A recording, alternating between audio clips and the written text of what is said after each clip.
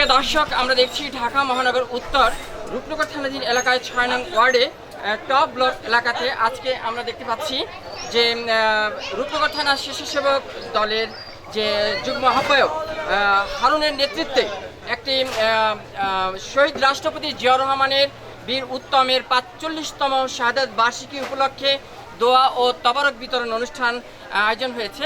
এখানে অনুষ্ঠানে প্রধান অতিথির আসন অলঙ্কৃত করেছেন ঢাকা ১৬ আসন অভিভাবক এবং যুব ক্রীড়া বিষয়ক প্রতিমন্ত্রী আমিনুল হক সাহেব।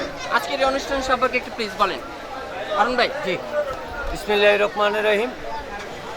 শহীদ রাষ্ট্রপতি জিয়াউর রহমানের ৪৫তম শাহাদাত বার্ষিকী আমরা প্রতি বছরই স্বেচ্ছাসেবক দল, ছাত্রদল, যুবদল সকল অঙ্গ সংগঠন মিলেই আমরা প্রতি বৎসরই শাহাদাত বার্ষিকী পালন করি।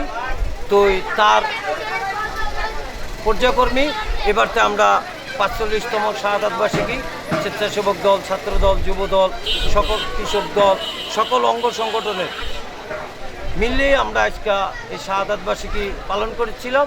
সেই শাহাদাত বার্ষিকীর তবারক বিতরণে উপস্থিত ছিলেন ঢাকা মহানগর উত্তর বিএনপির আহ্বায়ক, বাংলাদেশ সরকারের ক্রীড়া প্রতিমন্ত্রী জনাব আমিনুল হক, ঢাকা ১৬ আসনের মা, মাটি ও মানুষের নেতা আমাদের আমিনুল হক ভাই তবারক বিতরণ করেছেন।